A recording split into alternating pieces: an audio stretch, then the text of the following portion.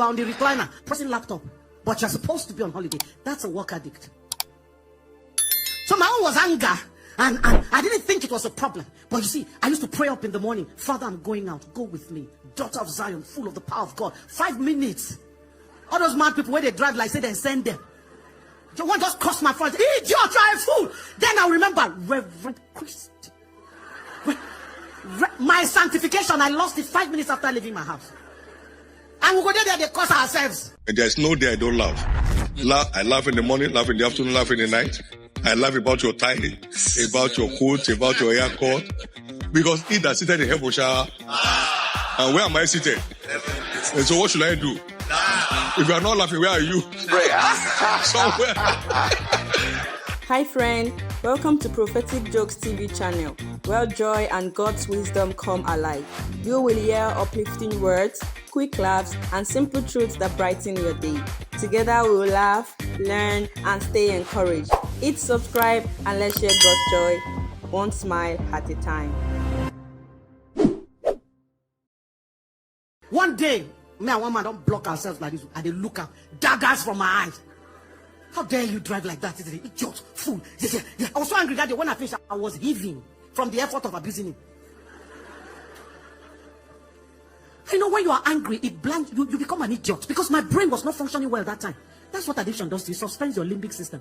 So, I don't know to say the man, no, they cost me back as they normally do. Because you cost one person. One day I was telling a man, your trafficator is on. He didn't work. He thought I was abusing him.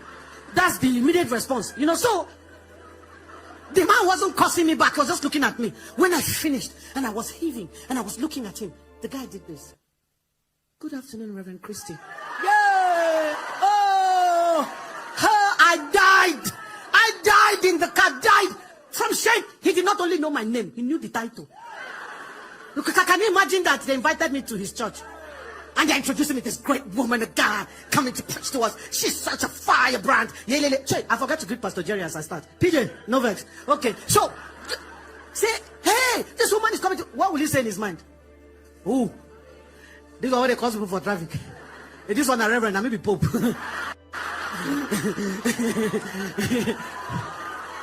Hello. I had to go to God and say to him, Lord, I must deal with this. No, enough. Make the change, transform. That's what revamp means. Transform, transfigure, change.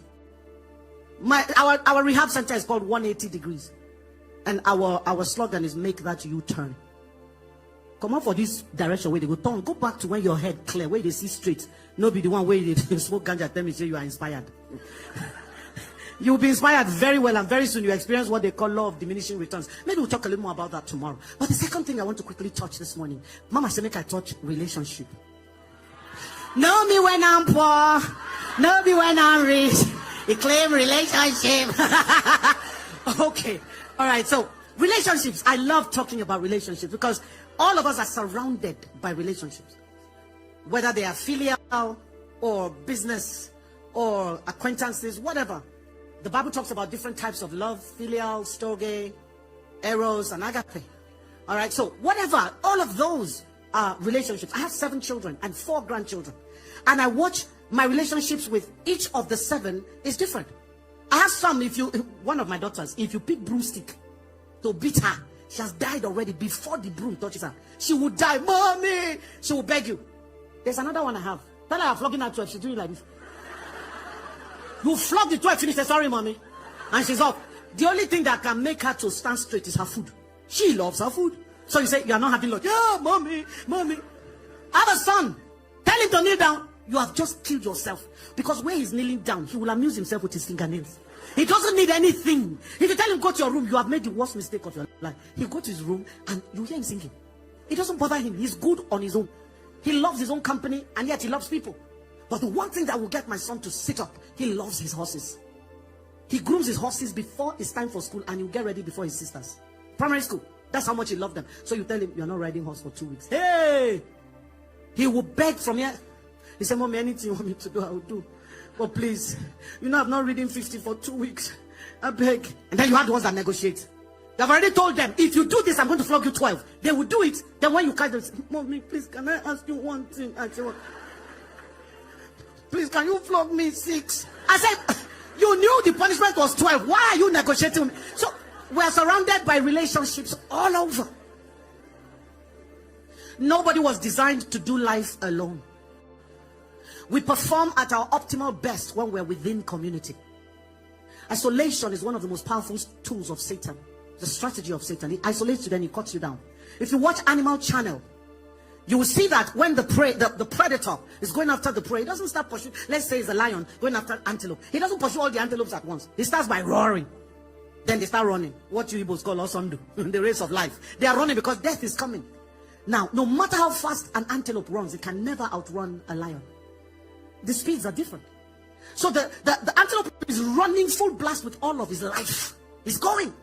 You see the lion just galloping along very lazily. He's just following them. They are running. After a while, you find what is called the stragglers. The ones who start falling back. Old age, sickness, youth, too young to run too fast. The lion just keeps going until one remains last one. That last one, once he is cut off from the rest, is the end of the story. What does the lion do? He speeds up, goes past that one, and turns and faces him. He's done for. That's still a strategy of Satan. Relationships, if you fall into the wrong kinds, they will isolate you and then kill you. So I want to talk about a particular kind of person to look out for when you're getting into relationships. Whatever relationship. A boss, a parent, a child, a friend, a lover, a spouse. There are certain people who are called by a certain name, and it's registered in the Diagnostic and Statistical Manual for Mental Disorders. It is called narcissism. It's a narcissistic personality disorder. Now, let me bring it on before you begin pointing again like traffic warden. If you take a picture with a group of people and they bring the picture to you later, who do you look for first? Yourself. That is narcissism right there. Why is your eye going to yourself? And then if you think you don't look nice in the picture, what do you say about the whole picture? Say bad picture. Because you see, say yourself, you don't find inside. That's narcissism right there. All of us have a measure of the narcissistic in us. But narcissism is not a rigid parameter. It's on a spectrum. So you go from 0 to 10. Let me say 10 being the highest.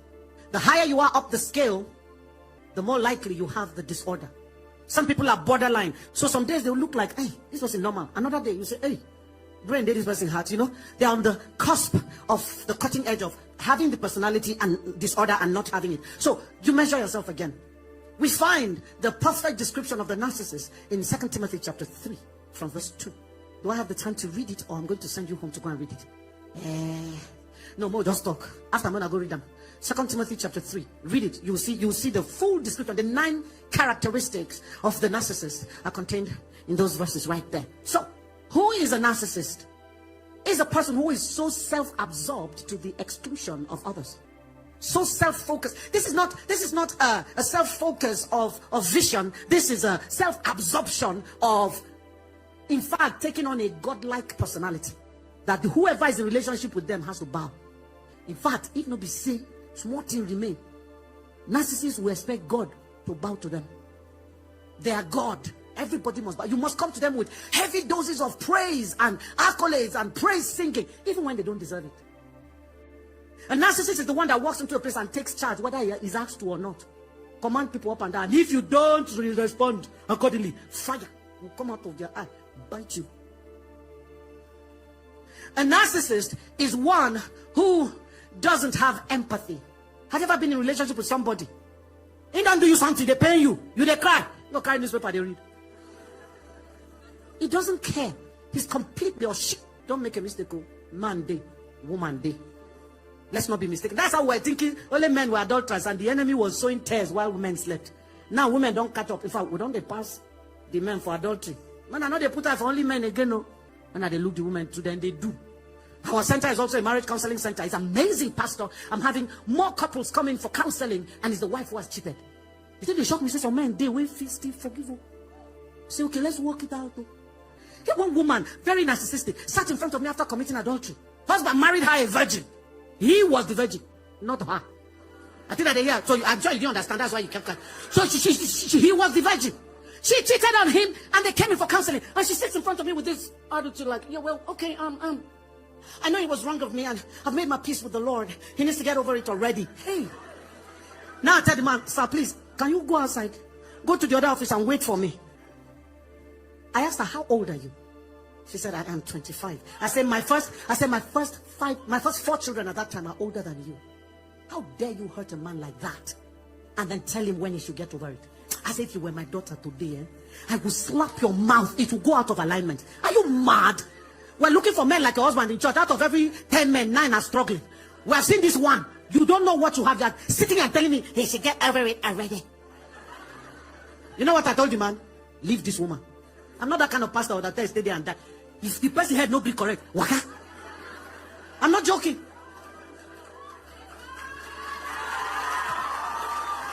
What do I mean by waka? Don't get me wrong. I'm not trivializing the marriage covenant. It's one of the most powerful things that holds the earth together. But when God made marriage, there were certain minimum standards of behavior that were expected. When a man or a woman will not stop committing adultery, they have become serial adulterer. Please. I have a cousin who sat at home with a serial adulterer and ended up with HIV/AIDS. Faithful woman at home. She died from AIDS. And she was a good woman. I have husbands who are carrying AIDS because wife went and brought it. Now wait. Only Jesus was called to die. He don't die. He don't resurrect. You die, your blood goes for nothing. It's not good enough to save another. So don't shed it. God sent you here with 2 eyes. You sit down there with a terrible, violent spouse. And then when you appear before him, it's 1 eye you have. Because his spouse took it. That's not what Jesus sent you to do. His body was broken. So that yours will not be broken. Hello, I'm entering one area where I don't finish today. So I just stay for this narcissism thing. Who is a narcissist? A narcissist is the one that comes into your life and the first aim they have is to cut you off from every other person that is a resource to you so they can isolate you. Like I said, isolation is a tool of Satan. Once you're isolated, you are at their mercy. They do anything they want to you, but because you've broken down all your other relationships, you have nobody to run to. So you stay and you take it. That is the narcissist for you. Let me tell you how the narcissist operates. First thing, if you meet somebody today and next week he tell you, I want to marry you, run. Run, he's a narcissist. She is a narcissist. You know why? The narcissist cannot be by himself or herself. They always need people that they draw fuel from. So once one relationship is ending, they cannot afford to have a void. They begin to prepare another person to replace this one that is about to go. Then when the person goes, they already have a replacement. There's no void. They need a person around them or people around them. They can draw fuel from anywhere. Can draw it from that is malam where they sell for front. If they're like, oh God, good morning, your clothes is fine, no joy. It has fed his ego. He's feeling good about himself. But the closer you are to the narcissist, the more potent the fuel you bring. Let me explain. If you go to foreign countries, you find unleaded and leaded fuel. Unleaded is cheaper than leaded fuel.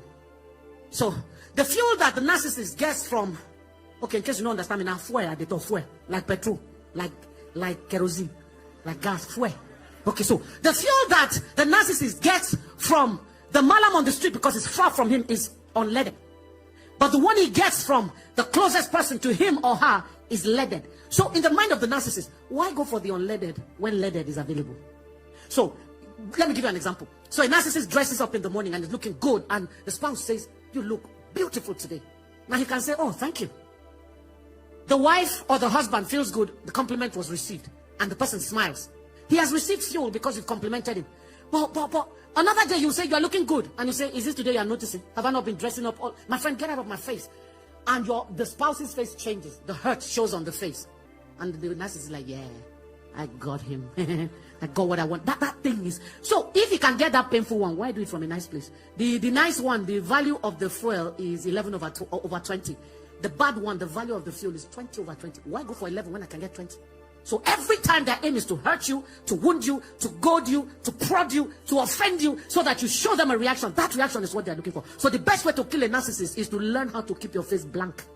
I just gave you a strategy. Blank face. If you like, they shout. If you like, no shout. If you like, sing. If you like, no sing. My face just did. Can't tell what's happening inside. That's the fastest way to kill narcissistic onslaught against you. Okay, so the narcissist will, first of all, do what is called love bombardment. They'll come into your life. That car went there for, what do you call a vision board? First thing they do, take the car. I love you so much. I can do anything for you. Now, before they get into a relationship with you, they've done reconnaissance. They've reached out to all your friends. They know the kind of songs you like. They know the kind of books you like to read. They know your favorite movie. They go on your Facebook page and see what you consistently talk about. Until you say, now, what do they think? Now we'll go be. So ask, what do they think for your head when you are thinking of a knight in shining armor? You come galloping on a horse to carry you because you don't read romance novel. The guy will come galloping on a horse. He sits in front of you and starts to sing the song you like. All of me. You say, oh, that's my favorite song. You say, oh, we're kindred spirits. Hello? Men, I keep quiet. My time don't finish. So now no one hear the rest. Men that they make noise. Time go, they go. But he says to you, we're kindred spirits. He blitzes, it's called a blitz. He blitzes you with love, attention, time, finances, acquaintances, connections. Everything that you dreamed of, that person will become. Suddenly you turn around and you're like, my God, I didn't know it was possible to find someone who could be everything I ever dreamed of. So they get you where they want, and you start off a relationship. Once you commit, and they have you where they want, they enter the next phase, and it's called devaluation. They begin to devalue you. The person that told you, I love slim people, will suddenly start looking at you. Why are you like this? People will think I'm not feeding you. My friend, can you go and put on some flesh? But you told me you like. And I never see girl wear black before. Suddenly, you go yellow. Because one guy said, I like fair people. She don't go bleach. Once you turn bleach yellow, the next you hear from him is, fair people irritate me. How do you go back to black? You're gonna go and use shoe polish? You're gonna use shoe polish? Hello? So the narcissist begins to devalue you, and what they're doing is messing with your reality. It's called gaslighting. You begin to doubt yourself. You doubt your sanity. You doubt your capacities. You doubt your decisions. You doubt yourself. You lose so much self-esteem. You don't think you belong anywhere or anybody should see you. They devalue you. Then when you are thoroughly devalued, they discard. They can discard you within a relationship. It doesn't mean they walk away. In fact, you don't walk away from the narcissist.